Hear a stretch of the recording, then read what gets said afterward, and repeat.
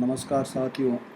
आज हम राजनीति विज्ञान के अंतर्गत उसके मुख्य उप अनुशासन या सब फील्ड कंपैरेटिव पॉलिटिक्स, जो पॉलिटिकल साइंस और कंपैरेटिव पॉलिटिक्स का एक इम्पोर्टेंट पार्ट है, जिसे स्ट्रक्चरल फंक्शनल थ्योरी अथवा संरचनात्मक प्रकार्यात्मक उपागम के नाम से जाना जाता है। मेरे पूर्व व्याख्यानों के अंतर्गत हमने अध्ययन किया राजनीतिक विश्लेषण के 3 मुख्य प्रत्यय होते हैं और राजनीतिक विश्लेषण के इन 3 मेजर वेरिएबल्स को डेविड ईस्टन का input output theory, Almond Powell का स्ट्रक्चर फंक्शनल अप्रोच और साइबरनेटिक्स अप्रोच के नाम से जाना जाता है। डेविड ईस्टन की व्यवस्था सिद्धांत अथवा ईस्टन के इनपुट आउटपुट थ्योरी के बारे में हमने पूर्व व्याख्यान में पढ़ा। आज पॉलिटिकल एनालिसिस का सेकंड वेरिएबल्स है, जिसे संरचनात्मक प्रकार्यात्मक उपागम के नाम से जाना जाता है। आखिर संरचनात्मक प्रकार्यात्मक उपागम क्या है? यह है राजनीतिक विश्लेषण का दूसरा मुख्य परिवर्त्य है, जिसका प्रतिपादन मुख्य रूप से आमंड और जी.बी. पावेल के द्वारा किया गया। प्रसिद्ध अमेरिकी राजनीतिक चिंतकों के द्वारा इस उपागम को प्रसिद्धि प्रदान की गई। यह उपागम 1960 के दशक में उदित होने वाला उपागम था। आखिर जब डेविड ईस्टन का सिस्टम थ्योरी था, तो उसके परिणाम स्वरूप राजनीतिक विश्लेषण के इस दूसरे परिवर्त्य की क्या आवश्यकता पड़ी, अथवा इसकी प्रासंगिकता क्या थी, अथवा महत्व क्या था। इन सिद्धांतों से संबंधित बहुत से प्रश्न प्रतियोगी परीक्षाओं, विशेष रूप से स्कूल व्याख्याता और कॉलेज व्याख्याता, जिसे आजकल असिस्टेंट प्रोफेसर, सहायक प्रोफेसर, गवर्नमेंट कॉलेज में इसे असिस्टेंट प्रोफेसर का नोमेनक्लेचर दिया गया है, उसके कम्पिटिटिव एग्जाम्स में इसके प्रश्न बहुत पूछे जाते हैं। तो आइए इसके बारे में परिचर्चा करते हैं। सबसे पहले तो हमें ये जानना होगा कि संरचनात्मक प्रक्रियात्मक उपागम क्या है। मुख्य रूप से यह राजनीतिक विश्लेषण का दूसरा महत्वपूर्ण परिवर्त्य है, जिसे डेविड ईस्टन के उपागम का अग्रिम चरण भी कहा जा सकता है। अर्थात संरचनात्मक प्रकार्यात्मक उपागम डेविड ईस्टन का विरोधी प्रतिमान नहीं था, अपितु डेविड ईस्टन के प्रतिमान में जो कमियां और अवगुण रह गए, उन कमियों और अवगुणों को दूर करके यह अग्रिम चरण था। अर्थात हम ये कह सकते हैं कि संरचनात्मक प्रकार्यात्मक उपागम डेविड ईस्टन के आगत निर्गत प्रतिमान अथवा व्यवस्था प्रतिमान का सर्वश्रेष्ठ अथवा परिष्कृत चरण था। जैसा कि प्रतियोगी परीक्षाओं में ज़्यादातर पूछा जाता है, यह डेविड ईस्टन के प्रतिमान का परिष्कृत और प्योरीफाइड स्टेप नेक्स्ट स्टेप था। ये हमें ध्यान रखना है। दूसरा है कि डेविड ईस्टन का जो प्रतिमान था, वह डेविड ईस्टन का प्रतिमान अथवा व्यवस्था सिद्धांत विशेष रूप से केवल विकसित देशों और यूरोपीय राजनीतिक प्रणालियों पर केंद्रित था। यह प्रश्न भी प्रतियोगी परीक्षाओं में बार बार पूछा जाता है। डेविड ईस्टन के प्रतिमान का मुख्य केंद्र बिंदु था only developed countries, specially United states America and the European continental countries. Europe महाद्वीप के देश और उत्तरी संयुक्त राज्य अमेरिका की राजनीतिक प्रणालियां या विकसित देशों की पॉलिटिकल सिस्टम्स ही इसमें केंद्रित था। इसका मतलब है कि तीसरी दुनिया अथवा थर्ड वर्ल्ड जिसे कहा जाता है, उनकी राजनीतिक प्रणालियों का अध्ययन करने में डेविड ईस्टन का प्रतिमान सफल नहीं हुआ।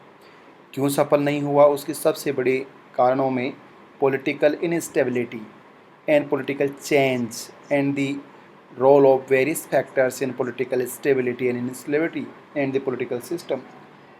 विकासशील देशों की जो राजनीतिक प्रणाली है, उस राजनीतिक प्रणाली की अपनी बहुत सी समस्याएं होती हैं, जैसे कि राज्य निर्माण की समस्या, राष्ट्र निर्माण की समस्या, वितरण की समस्या, भागीदारी कारकों की समस्या। इसका मतलब है कि विकासशील देशों की राजनीतिक प्रणाली को उन देशों की सामाजिक प्रणाली बहुत अधिक स्वरूप तक प्रभावित करती है। यद्यपि विकसित देशों में भी सामाजिक प्रणाली और राजनीतिक प्रणाली एक दूसरे को प्रभावित करते हैं। इस व्याख्यान को समझने से पहले आप डेविड ईस्टन के बारे में जो मैंने बताया, उस परिवर्त्य को समझना होगा, तभी आप इसे समझ सकते हैं। जो सोशल सिस्टम होता है उसके बहुत से सब सिस्टम्स होते हैं और उन उप प्रणालियों में से एक प्रणाली का नाम है पॉलिटिकल सब सिस्टम। अन्य प्रणालियों की तुलना में राजनीतिक उप प्रणाली को महत्वपूर्ण अथवा प्रासंगिकता अथवा केंद्रीयता की स्थिति क्यों प्रदान की गई है? क्योंकि अन्य प्रणालियों की अपेक्षा राजनीतिक प्रणाली में अन्य उप प्रणालियों को प्रभावित करने की क्षमता अधिक होती है और वह इसी कारण से अन्य प्रणालियों की तुलना में महत्वपूर्ण और निर्णायक तथा प्रभावकारी स्थान रखती है। इसीलिए हम राजनीति विज्ञान अथवा राजनीति विज्ञान के उप अनुशासन तुलनात्मक राजनीति के अंतर्गत राजनीतिक प्रणाली को केंद्र में रखते हैं और राजनीतिक प्रणाली तथा सामाजिक प्रणाली के बीच जो व्यवहार होता है उस व्यवहार को समझने का प्रयत्न करते हैं। अतः विकासशील देशों की राजनीतिक प्रणालियों और उन देशों की बदलती हुई सामाजिक प्रणालियों अथवा उसके सामाजिक परिवेश और राजनीतिक परिवेश में होने वाली उथल पुथल और राजनीतिक अस्थिरता को समझने के लिए एक नवीन प्रतिमान के उदय की आवश्यकता हुई, जिसे स्ट्रक्चरल फंक्शनल अप्रोच अथवा संरचनात्मक प्रकार्यात्मक उपागम कहा जाता है। इसे कृत्यात्मक अपकृत्यात्मक उपागम अथवा विकास उपागम के नाम से भी जाना जाता है, जो इसकी सबसे महत्वपूर्ण विशेषता है। अतः हम कह सकते हैं कि 1960 के दशक में विकासशील देशों अथवा तीसरी दुनिया के देश जो नवोदित देश थे, जो द्वितीय महायुद्ध के पश्चात लगातार स्वतंत्र होते जा रहे थे, जो साम्राज्यवाद और उपनिवेशवाद के जंजाल से मुक्त होते हुए नव उपनिवेशवाद के जंजाल में फंसते जा रहे थे, जो अंतर्राष्ट्रीय आर्थिक साम्राज्यवाद के चंगुल में फंसते जा रहे थे, अथवा जिन्होंने राजनीतिक स्वतंत्रता तो प्राप्त कर ली थी लेकिन आर्थिक स्वतंत्रता और सामाजिक स्वतंत्रता अभी भी दूर की कौड़ी का सपना था और इसी कारण से वो राजनीतिक स्वतंत्रता प्राप्त करके भी आर्थिक और सामाजिक स्वतंत्रता को उसके समानांतर नहीं बढ़ा पाए और इसीलिए पॉलिटिकल डीके अथवा हंटिंगटन ने इन्हें राजनीतिक पतन की अवधारणा का प्रतीक माना है।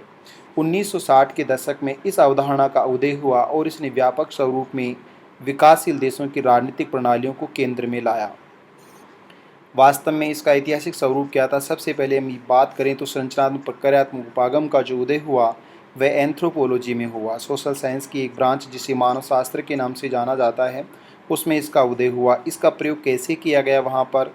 सबसे प्रसिद्ध स्वरूप में यदि हम देखें तो ग्रेट एंथ्रोपोलॉजिस्ट मेलिनोवस्की और रेडकिट ब्राउन के द्वारा संरचनात्मक प्रक्रियात्मक उपागम का प्रयोग जो ट्राइबल कम्युनिटी थी उन आदिम समुदायों के स्पेशल फंक्शंस होते थे जो इन्हें कबीलाई करते कहा जाता है। इन कबीलों के कर्त्यों जिनमें विशेष रूप से तंत्र मंत्र धर्म कर्म और विधि विधान मैजिक रिचुअल्स के बारे में बातचीत की गई और इसके माध्यम से कि उनके तंत्र मंत्र धर्म कर्म और विधि विधान अर्थात उनकी सामाजिक व्यवस्था क्या है, वो कौन से कार्यों का निर्वहन करते हैं, उन निर्वहन करने की उनकी संरचनाएं क्या हैं, अर्थात अनौपचारिक कार्य और अनौपचारिक संरचनाओं के अध्ययन पर बल दिया गया, जो निस्संदेह इस उपागम को विकसित करने में महत्वपूर्ण कारक था।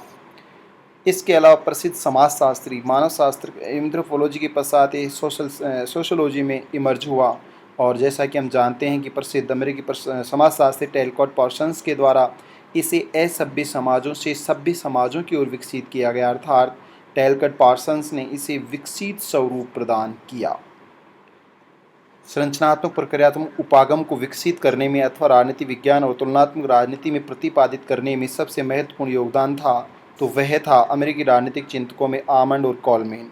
आमंड और कोलमेन के द्वारा पुस्तक लिखी गई जिसे दी पॉलिटिक्स ऑफ डेवलपिंग एरियाज, जैसा कि आप इस पुस्तक का शीर्षक देख पा रहे हैं, इसका नाम है दी पॉलिटिक्स ऑफ डेवलपिंग एरियाज, विकासशील देशों की राजनीति, अर्थात इसका शीर्षक भी ऐसा ही रखा गया है कि संरचनात्मक प्रक्रियात्मक उपागम विशेष रूप से विकसित देशों की नहीं अपितु विकासशील देशों की राजनीतिक प्रणालियों के अध्ययन पर केंद्रित है और ये पुस्तक 1960 में लिखी गई आमंड और कोलमेन के द्वारा।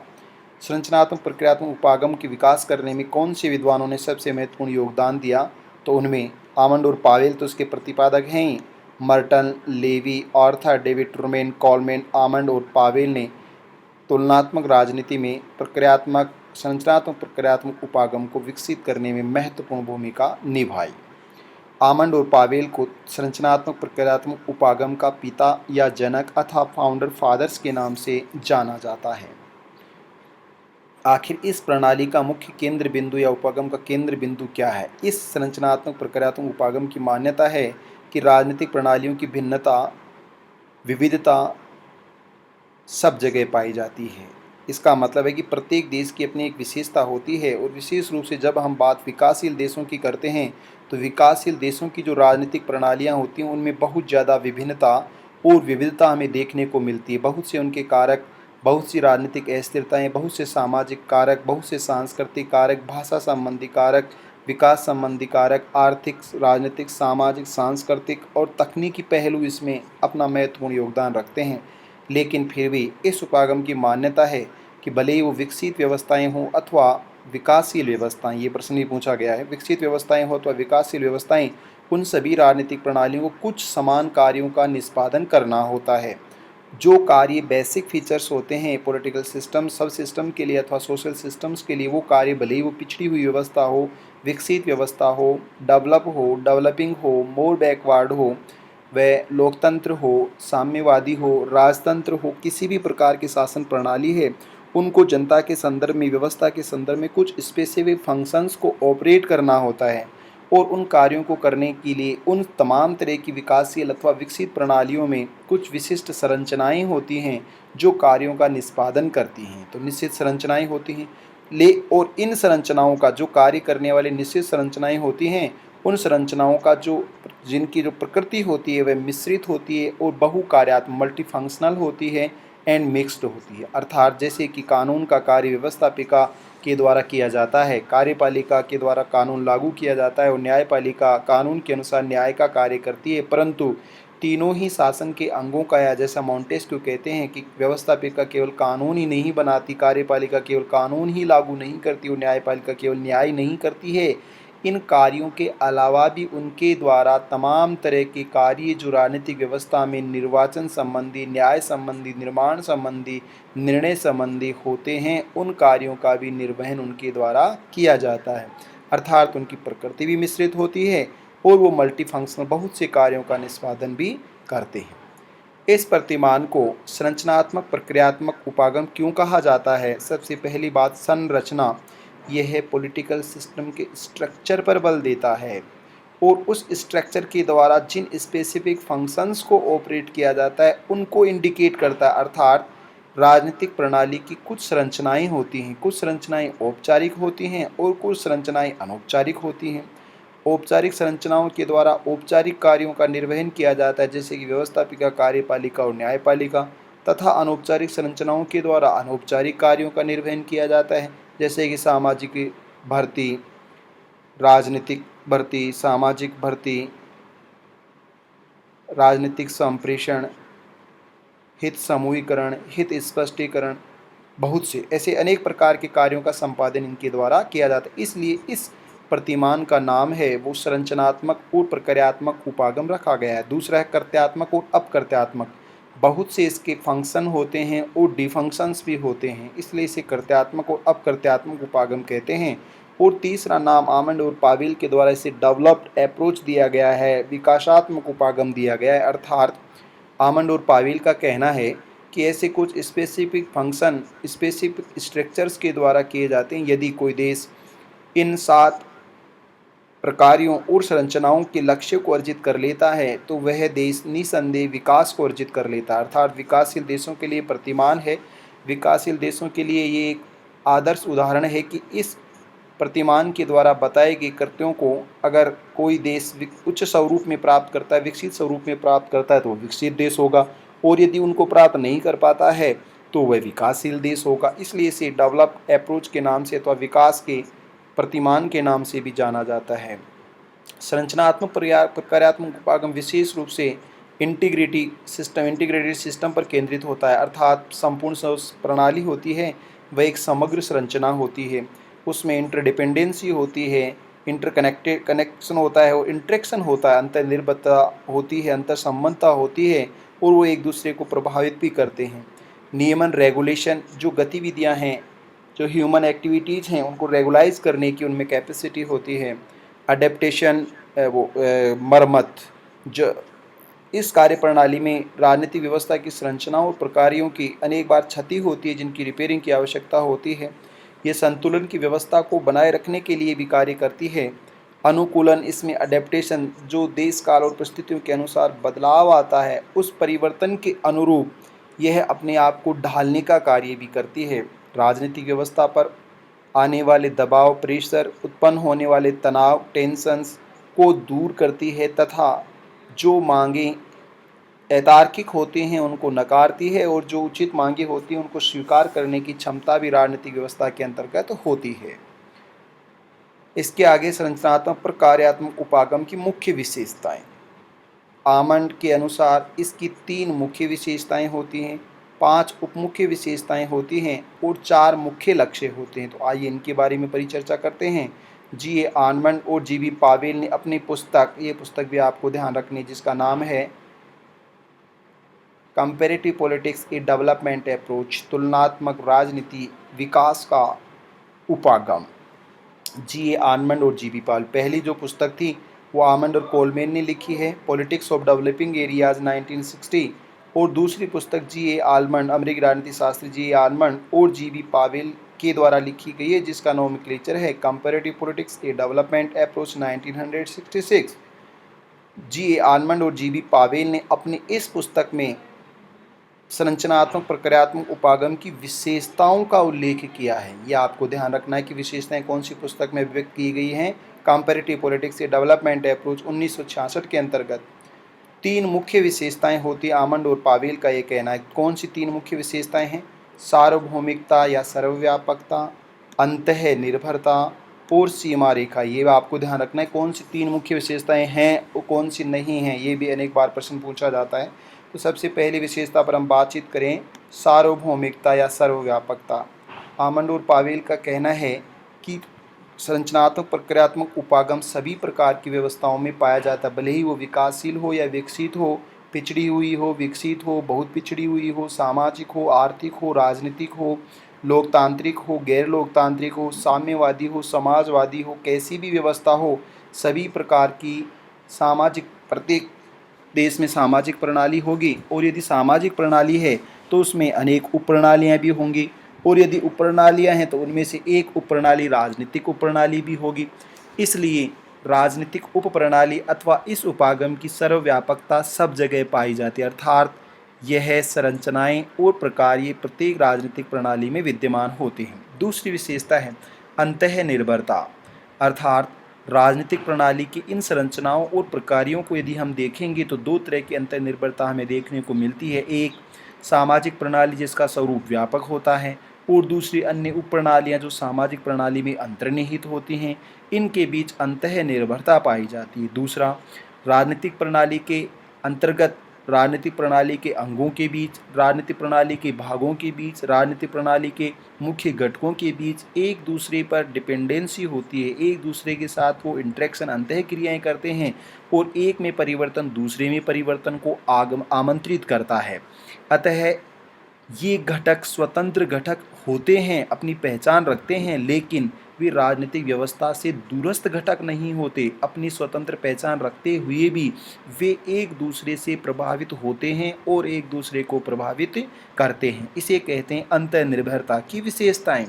और तीसरी है सीमा रेखा। तीसरी मुख्य विशेषता सीमा रेखाओं, बाउंड्रीज का मतलब है कि जैसा मैंने कहा कि प्रत्येक घटक जो राजनीतिक प्रणाली या सामाजिक प्रणाली में होता है अपनी स्वतंत्र पहचान रखता है, उसकी स्वायत्ता होती है, यद्यपि वो अंतर्निर्भर होते हैं, परंतु एक घटक की कार्य करने की अपनी क्षमताएं होती हैं, अपनी सीमाएं होती हैं और उनके आगे वह कार्य नहीं कर पाता। इसलिए सामाजिक प्रणाली की अलग अलग जो उप प्रणालियाँ हैं, जैसे कि राजनीतिक उप प्रणाली, सामाजिक राजनीतिक उप प्रणाली, आर्थिक उप प्रणाली, धार्मिक उप प्रणाली, सांस्कृतिक उप प्रणाली, एक निश्चित क्षेत्र तक ही इन उप प्रणालियों के द्वारा कार्य किया जाता है, अन्य कार्य नहीं किया जाता। इसलिए प्रत्येक राजनीतिक उप प्रणाली की अपनी निश्चित सीमाएं होती हैं जिनका उनको पालन करना पड़ता है।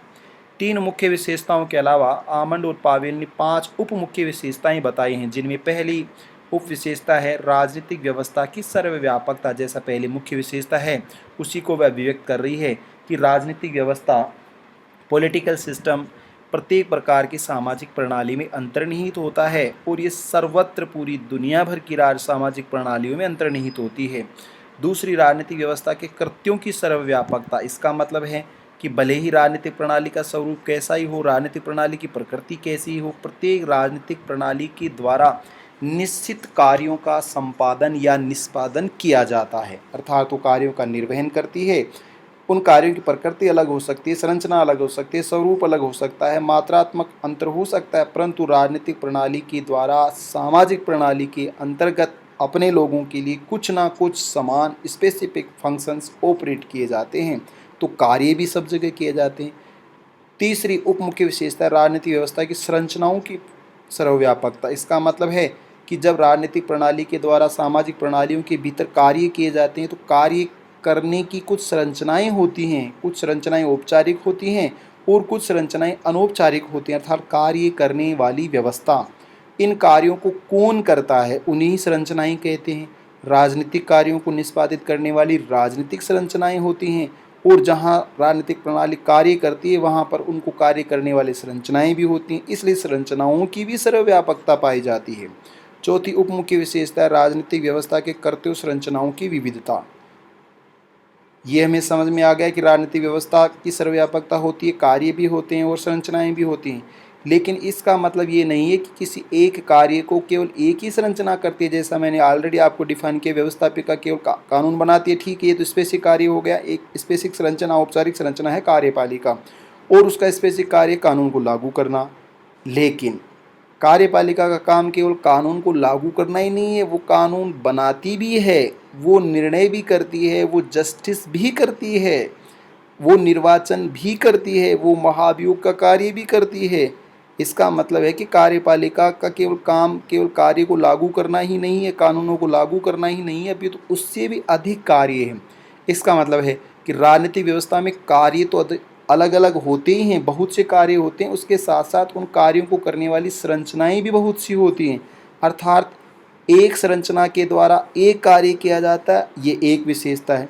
परंतु एक कार्य को बहुत सी संरचनाओं के द्वारा किया जा सकता है, और अगर हम विपरीत स्वरूप में बोले तो एक संरचना बहुत से कार्य करती है अथवा एक कार्य बहुत सी संरचनाओं के द्वारा किया जाता है। इसी राजनीतिक व्यवस्था में कार्यों और संरचनाओं की विविधता के नाम से जाना जाता है।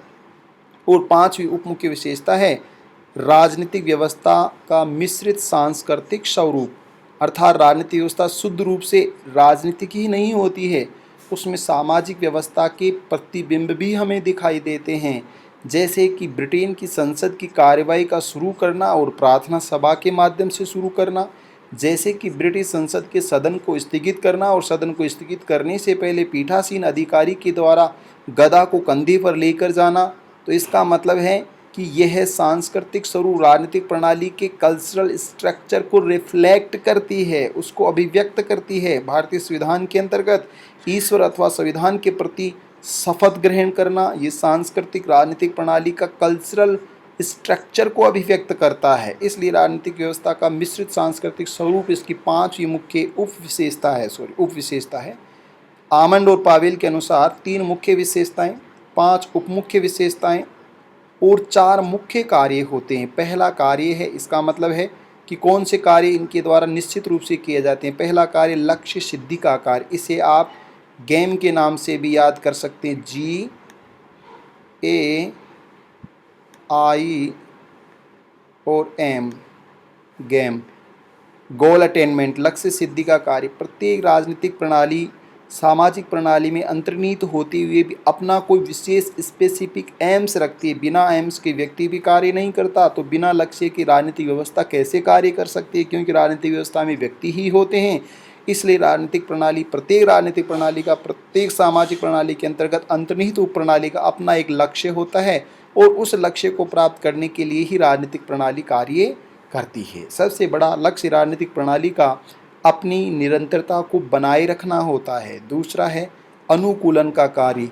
राजनीतिक प्रणाली के अंतर्गत अनेक प्रकार के दबाव आते हैं, तनाव आते हैं, मरम्मत आते हैं, प्रेशर आता है, अंतर्राष्ट्रीय दबाव आता है, राष्ट्रीय दबाव आता है, मांगे होती हैं, इनपुट होते हैं।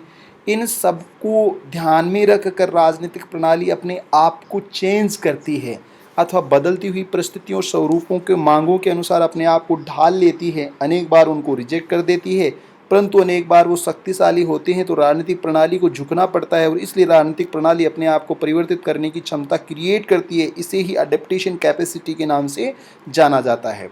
तीसरा है एकीकरण, इंटीग्रेशन का कार्य। राजनीतिक प्रणाली के अंतर्गत अनेक दबाव होते हैं, तनाव होते हैं, प्रेशर होते हैं, कॉन्फ्लिक्ट होते हैं। इसके परिणाम स्वरूप भी राजनीतिक प्रणाली विखंडित नहीं होती, विवर्तित नहीं होती, टूटती नहीं है, बिखरती नहीं है। वह सब अंगों को, सब घटकों को, सब तत्वों को, सब फैक्टर्स को एक इंटीग्रेटेड स्ट्रक्चर के रूप में बनाए रखती है। अर्थात राजनीतिक प्रणाली का पृथक कोई अस्तित्व नहीं होता है। सामाजिक प्रणाली के अंतर्गत ही विभिन्न घटकों को समायोजित करके रखना, संतुलन बनाए रखना, उनको साम्य व्यवस्था में ले जाने की कोशिश करना ही राजनीतिक व्यवस्था के एकीकरण का कार्य है। और अंतिम और चौथा कार्य है प्रतिमान अनुरक्षण का कार्य।